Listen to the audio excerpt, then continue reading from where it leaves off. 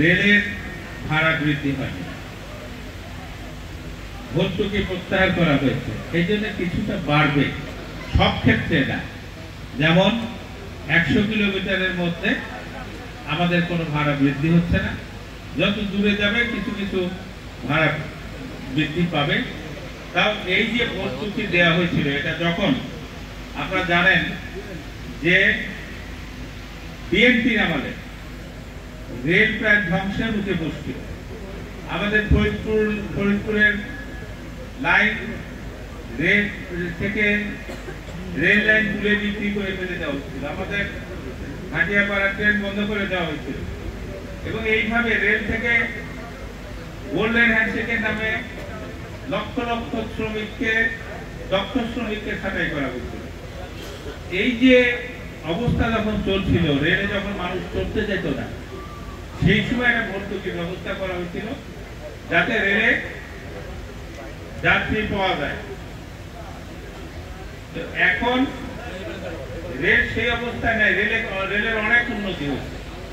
আজকে রাজবাড়ী থেকে আপনারা ঢাকায় মাত্র আড়াই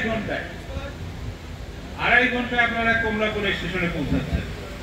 আজকে আপনারা দেখেন ঈদ যাত্রায় এবার যেভাবে ট্রেন আমাদের রেল বাংলাদেশ রেলের সার্ভিস দিয়েছে, কোন রকম কোনো মানে শিডিউল বিলম্ব নাই, যাত্রীরা সুন্দরভাবে যেতে পারছে, তাদের টিকিটের কোনো কালোবাজারি নাই। আমার মনে হয় বাংলাদেশ সৃষ্টির পর থেকে আজ পর্যন্ত এত সুন্দরভাবে যাত্রীরা ট্রেনে ভ্রমণ করে বাড়িতে যেতে পারে নাই, ঈদ যাপন করতে পারে নাই। এই প্রথম আমরা রেলকে উন্নত করতে চাই। আপনারা জানেন যে শুধু রেলের ভাড়া বাড়ানোর কথা হচ্ছিল, রেলের ভাড়া বাড়ানো হয় না আজকে প্রায় 20 বছর।